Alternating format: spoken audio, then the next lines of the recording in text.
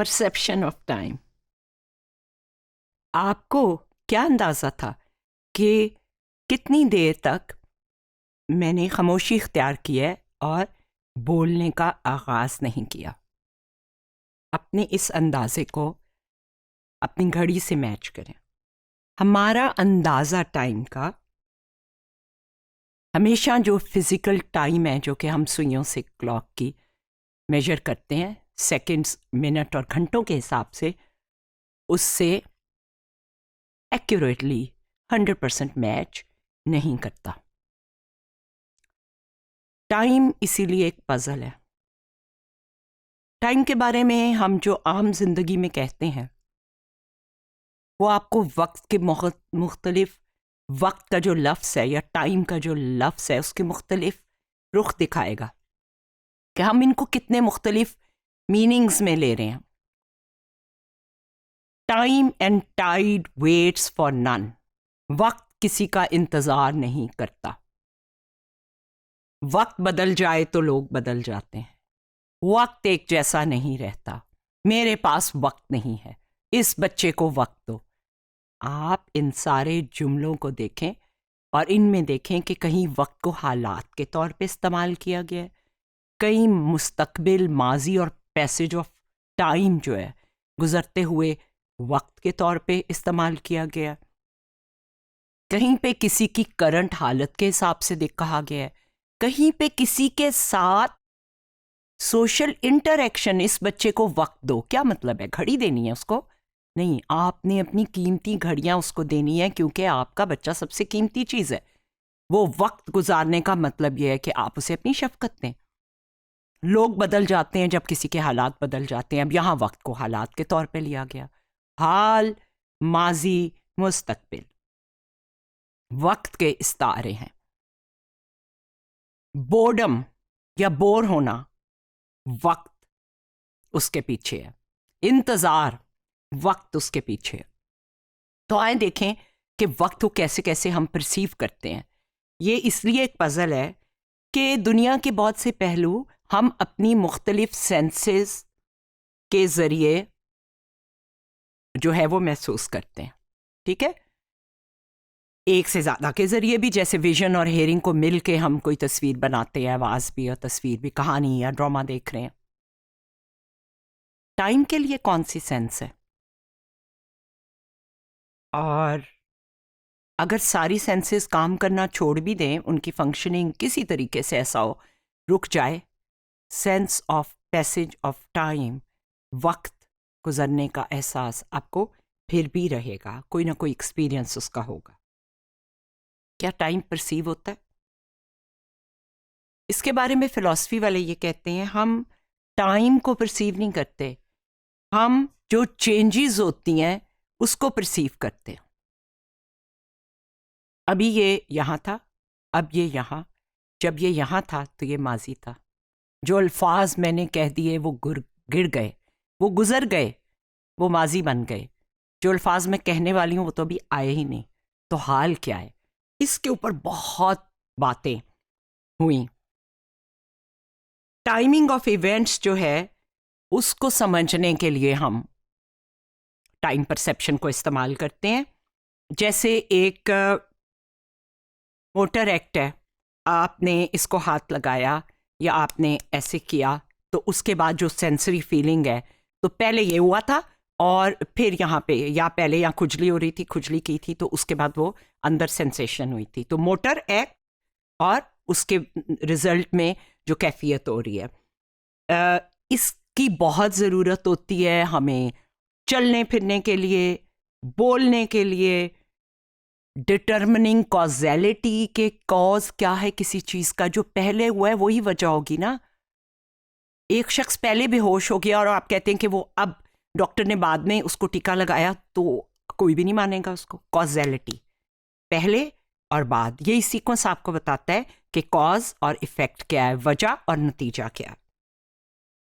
और ये जो बैरेज ऑफ इंफॉर्मेशन है, इतनी बहुत सारी ऑफ टेम्पोरल पैटर्न्स जो हमारे सेंसरी रिसेप्टर्स कहते हैं, इन सब को डिकोड करने के लिए टाइम की परसेप्शन इस्तेमाल होती है।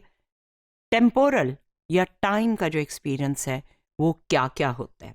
ड्यूरेशन 2 मिनट की बात है, 3 घंटे की फिल्म है, 6 हफ्ते का कोर्स है, ठीक है। शादी में आप बस 1 घंटे के लिए गए हैं। नॉन साइमल्टेनियटी यानी चीज़ें साइमल्टेनियस नहीं है। अगर वो साइमल्टेनियस हैं, रुकी हुई हैं, एक ही वक्त में हैं, तो वो आगे पीछे तो नहीं है ना। तो जो आगे पीछे होती है उससे हम टाइम के एक्सपीरियंस करते हैं।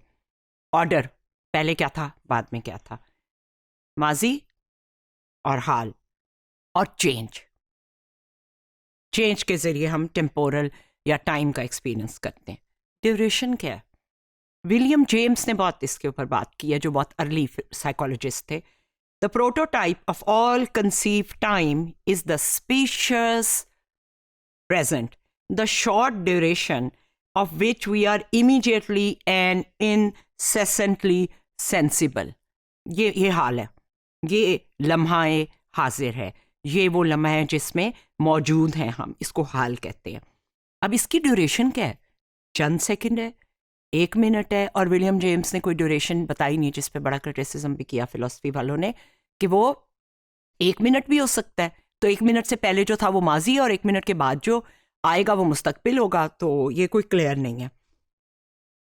ये भी कहीं लिखा हुआ था उन्हीं की लिखी हुई चीज़ों में कि ये हाल एक दीवार है, हम उसके ऊपर बैठे हैं और मुस्तकबिल और माजी दोनों तरफ देख रहे हैं। ड्यूरेशन को मेजर करने के 2 मॉडल हैं। एक को स्ट्रेंथ मॉडल कहते हैं। ये जैसा कहा कि हम कोई टाइम मेजर नहीं करते, हम इवेंट्स मेजर करते हैं। तो हमारे पास टाइम की एक मेमोरी होती है एक्चुअली। स्ट्रेंथ मॉडल जो है वो ट्रेस करता है कि अभी जो थे और बहुत पहले जो हुए थे। और इन्फ्रेंस मॉडल जो है वो रिलेशंस देखता है कि इसको कितनी देर लगी होगी, क्योंकि वो जो चीज़ है वो तो इतनी देर पहले हुई थी। तो हम कंपेयर करके इवेंट्स के साथ इन्फर करते हैं। हम जब सर्टन ड्यूरेशन से अवेयर होते हैं कि वो फ्यू सेकेंड है या 1 मिनट है, तो ओरिजिनल इंट्यूशन ऑफ टाइम जो है वो हमारी क्या है। टाइम प्रोसेसिंग एक मिस्ट्री है। ब्रेन कैसे इनकोड और डीकोड करता है, जो कि हम टाइम की स्ट्रीम, बहती हुई जो लहर है वक्त की, वो ब्रेन में लाती है। वेरियस जो एरियाज हैं ब्रेन में, उसमें जो लहरें एंटर हो रही हैं, सिग्नल एंटर हो रहे हैं, वो एक दूसरे से कोऑर्डिनेट कैसे होती हैं। और टेम्पोरल प्रिसीजन, जिसके ज़रिए बाहर की दुनिया की नुमाइंदगी, रिप्रेजेंटेशन या आगाही हमारे अंदर होती है, वो क्या है वो टेम्पोरल प्रिसीजन। आपने किसी चीज़ को रियल टाइम में गिरते देखा है, तो आपने कहा फ़ौरन ही गिर गया। फ़ौरन का क्या मतलब है? आपके ब्रेन ने कैसे उसको परसीव किया है। टाइम प्रोसेसिंग इसलिए भी मिस्ट्री है कि इंटरवल, वक्फा, ड्यूरेशंस, कितनी देर ये गुफ्तगू चली, और सीक्वेंस, आगे पीछे होना, ये कैसे कोड होते हैं ब्रेन में। क्या कॉजेज हैं, क्या फैक्टर्स हैं जो कॉजेलिटी, हमारी अटेंशन, हमारी रिस्पॉन्स यानी एड्रेनलिन, और हमारी आई मूवमेंट्स को के जो हैं ये किस तरह से हमारी टेम्पोरल जजमेंट को इन्फ्लुएंस करती हैं और क्यों करती हैं। और क्या ब्रेन रिकैलिब्रेट करता है अपनी टाइम परसेप्शन को, जैसे घड़ी या जो आपके मोबाइल पे टाइम है वो कैलिब्रेट किए जाते हैं, मिलाए जाते हैं। तो क्या ब्रेन भी अपने अंदर के टाइम को मिलाता रहता है? कुछ स्टडीज़ ने ये कहा हुआ है कि टाइम परसेप्शन डिस्टॉर्ट हो जाती है किसी हादसे से पहले, या किसी जैसे कार एक्सीडेंट है या कोई गन पॉइंट पे, उस दौरान में लोगों को ऐसे लगता है जैसे वक्त बहुत आहिस्ता गुजर है, स्लो मोशन में। और ये भी है कि डिस्टॉर्टेड टाइम जजमेंट्स जो हैं आई मूवमेंट्स की रैपिड से, या कोई फ्लिकरिंग चीज़ आप देखें तो उससे भी टाइम की सेंस डिस्टॉर्ट हो जाती है। कुछ स्टडीज़ ऐसी हैं जो ये सजेस्ट करती हैं कि जब हम अपने एक्शंस को कॉज के तौर पे लेते हैं किसी इवेंट का, तो वो हमें पहले लगता है, जबकि अगर हम नहीं समझते कि हमारा ये जो हरकत है इसकी वजह से कुछ हुआ है, तो वो हमें पहले हुई भी नहीं लगती। और order of action and sensation को बहुत ज़रूरी है ताकि हम कॉजेलिटी डिटर्मिन कर सकें। नर्वस सिस्टम को रिकैलिब्रेट करना होता है कि क्या हुआ था जिससे आपको ये सेंसेशन हुई थी। एक इल्यूजन ये भी है कि चेंज हो सकता है हमारा परसीव टाइम जब टेम्पोरल सेंसेशन ऑफ जजमेंट्स जो हैं, टेम्पोरल एक्शन और सेंसेशन की वो उल्टी हो जाए, जैसे कि हम रिकैलिब्रेट करते हैं अपने ब्रेन में। इसकी एक इम्पॉर्टेंट टर्म है इंटरनल क्लॉक, यानी हमारे अंदर जो क्लॉक है ये सब्जेक्टिव टाइम है। सर्केडियन रिदम, दिन का आना और जाना, सूरज का निकलना, दिन और रात का, ये हमें sense of time, passing time, गुजरते हुए वक्त का एहसास दिलाता है।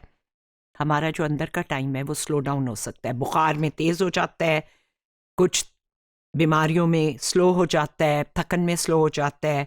रिएक्शन टाइम भी इम्पॉर्टेंट है। सोच के बोलो का मतलब है आप पहले थोड़ा सा वक्फा लें, और जवाब नहीं दें तो दूसरे का मायूस होने का मतलब है, या फ़ोन नहीं उठाना, रिएक्शन टाइम तेज़ होना चाहिए। गिरने से रोकना है किसी चीज़ को, रिएक्शन टाइम जो है वो आपका फास्ट होगा। तो दोनों तरह से इंसान अपने इन चीज़ों को कंट्रोल करता है। मूवमेंट और टाइम की परसेप्शन एक दूसरे से रिलेटेड है।